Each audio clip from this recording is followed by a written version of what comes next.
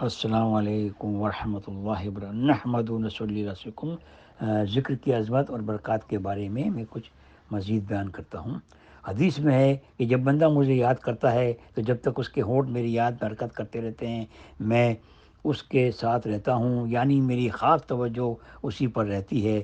خصوصی رحمت کا نزول ہوتا ہے، میرے لطف میری رحمت تیزی کے ساتھ اس کی طرف چلتی ہے۔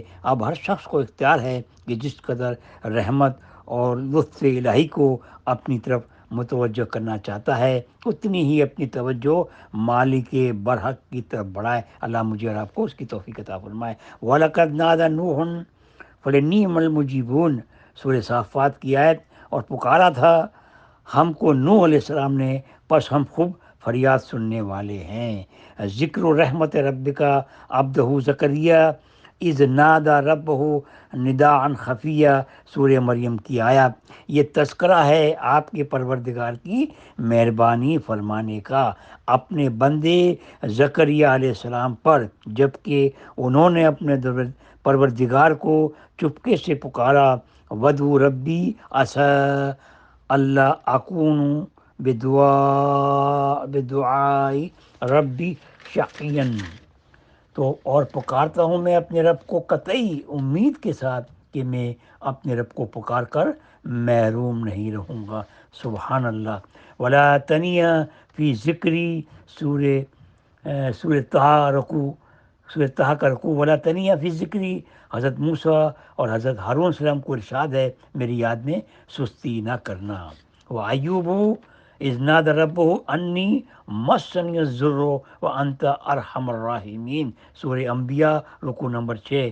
اور ایوب علیہ السلام کا ذکر کیجئے جبکہ انہوں نے اپنے رب کو پکارا کہ مجھ کو بڑی تکلیف پہنچی اور آپ سب مہربانوں سے زیادہ مہربان ہیں۔ وزکریا اذ نادى ربه ربی لا تذرنی فردا وانت خیر الوارثین، اور زکریا علیہ السلام کا ذکر کیجئے جب انہوں نے اپنے رب کو پکارا اے میرے رب مجھے لا وارث نہ چھوڑیو، اور یوں تو سب وارثوں سے بہتر اور حقیقی وارث آپ ہی تو ہیں۔ مچھلی والے پیغمبر حضرت یونس علیہ السلام کا ذکر کیجئے لا الہ الا انت سبحانک انی کنت من الظالمین، انہوں نے اندھیروں میں پکارا کہ آپ کے سوا کوئی عبادت کے لائق نہیں، ہر عیب سے پاک ہیں، بے شک میں قصوروار ہوں۔ انما کانوا یسارعون فی الخیرات ویدعوننا رغبا ورہبا وکانوا لنا خاشعین، سورہ انبیاء رکوع نمبر 6۔ بے شک یہ سب انبیاء علیہ السلام جن کا پہلے سے ذکر ہو رہا ہے نیک کاموں میں دوڑتے تھے، پکارتے تھے ہم کو ثواب کی رغبت اور عذاب کا خوف محسوس کرتے ہوئے، اور تھے سب کے سب ہمارے لیے عاجزی کرنے والے لوگ۔ تو اللہ تعالیٰ ہمیں بھی ان تمام جو ہم نے نبیوں کی ان باتوں کو پڑھا کہ اللہ تعالیٰ ہمیں بھی اس کو دل کی گہرائی سے اس میں سمجھ عطا فرمائے۔ فتلقى آدم من ربہ کلمات فتاب علیہ انہ هو التواب الرحیم، پس حاصل کر لیے حضرت آدم علیہ السلام نے اپنے رب سے چند کلمات، سورہ بقرہ کے رکوع نمبر 4، ان کے اپنے رب سے چند کلمے ان کے ذریعے سے توبہ کی، پس اللہ تعالیٰ نے رحمت کے ساتھ ان پر توجہ فرمائی۔ بے شک وہی ہے بڑی توبہ قبول کرنے والا، بڑا مہربان۔ حضرت آدم علیہ السلام نے اس وقت کیا کیا دعائیں کی، کس طرح گر گڑائے، اس بارے میں بہت سی روایت وارد ہوئی ہیں، اور ان میں کوئی تعارض یا ٹکراؤ نہیں۔ جس پر مالک کی ناراضگی ہوئی ہو وہی جانتا ہے، جبکہ ان بے حقیقت آقاؤں کی ناراضگی کی وجہ سے نوکروں خادموں پر کیا کچھ گزر جاتا ہے، اور وہاں تو مالک الملک رزاق عالم، اور مختصر یہ کہ خدا کا عطاب غصہ یعنی قہر، غضب، ناراضگی تھا۔ گزر کس پر رہی تھی؟ اس شخص پر کہ جس کو فرشتوں سے سجدہ کرایا، اپنا مقرب بنایا۔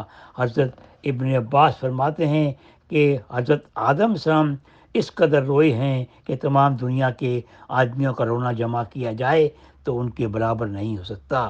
40 برس تک سر اوپر نہیں اٹھایا۔ ایک حدیث میں آتا ہے کہ اگر ان کے آنسوؤں کو ان کی تمام اولاد کے آنسوؤں سے وزن کیا جائے تو ان کے آنسو بڑھ جائیں گے۔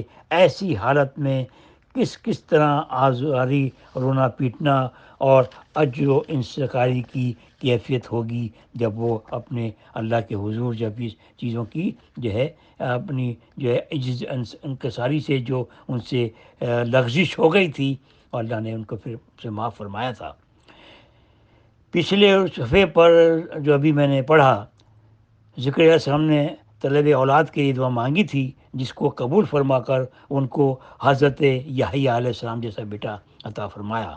رب حبلی من لدن کا ذریتم طیبتاً، سورہ آل عمران۔ یہ بھی مجرب دعا ہے۔ اے میرے پروردگار، اے ہمارے پروردگار، تو عطا فرما مجھے اپنی جانب سے پاکیزہ اولاد، بے شک تو ہی دعا کا سننے والا ہے۔ حضرت ابراہیم علیہ السلام کی دعا ہے، تو طلب اولاد کی تھی، قبول ہوئی، اور حضرت اسماعیل پیدا ہوئے۔ رب حبلی من الصالحین، اے رب تو مجھے نیک اولاد عطا فرما۔ کہنے کا اس میں سارا ہمارے لیسن یہ ہے کہ اللہ ہمیں سب امت کو، تمام انسانوں کو بتا رہے ہیں کہ میرے انبیاء بھی جو ہے میرے مجھ سے دعاؤں کے محتاج تھے، کہ انہوں نے بھی اللہ کے ذکر کو، اللہ کی بارگاہ میں جو ہے اس کا اہتمام کیا اور اللہ سے دعائیں مانگی۔ پھر اللہ پاک نے ان تمام چیزوں کو جمع کر کے ہمیں، اللہ نے اپنے ذکر کی اہمیت پر اللہ نے ہمیں ہمارے جو ہے اس سلسلے ہماری ذہن کو اس طرف راغب کر رہے ہیں کہ اللہ اپنی ذکر کی اہمیت اور افادیت، اس کے برکات، اس کی عظمت کو اللہ جو ہے وہ بیان فرما رہے ہیں۔ اللہ تعالیٰ ہم سب کو بار بار آخر میں یہی کہا جاتا ہے، کہنا چاہیے، اور یہی ہم سب کے لیے ہے کہ اللہ تعالیٰ جو کچھ ہم سنتے ہیں، سناتے ہیں، پڑھتے ہیں، پڑھاتے ہیں،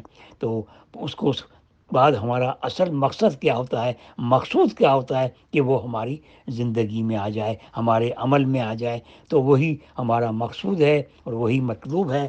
نہ صرف سنتے سنتے سن ہو جانا، سنتے سنتے جو ہے بالکل ہی جو ہے اس پر عمل پہ نہ آنا، تو یہ ایک طرح کا ہم جو ہے وہ انصاف نہیں کر رہے۔ تو ہمیں انصاف سے کام لیتے ہوئے اور ہمیں اس کو اپنی زندگی میں اپلائی کرنا چاہیے، اپنے عمل سے ان تمام چیزوں کو ظاہر کرنا چاہیے، تاکہ لوگوں تک جہاں جہاں یہ بات پہنچے اس میں آپ حصہ لیں، اور ان تمام باتوں کو اس کو سن کر جو ہے اس کو لوگوں تک بھی منتقل کرتے جائیں، تاکہ اس کام میں آپ میری مددگار بنیں، اور آپ بھی جو ہے اس کام میں پورے خیر میں پوری آپ کو انشاءاللہ اس کا اجر نصیب فرمائیں گے۔ میرے اجر میں بھی کمی نہیں ہوگی، اور آپ کو اللہ تعالیٰ بھی ڈھیر سارا اجر دیں گے۔ آخر دعوانا الحمدللہ رب العالمین۔ السلام علیکم ورحمۃ اللہ وبرکاتہ۔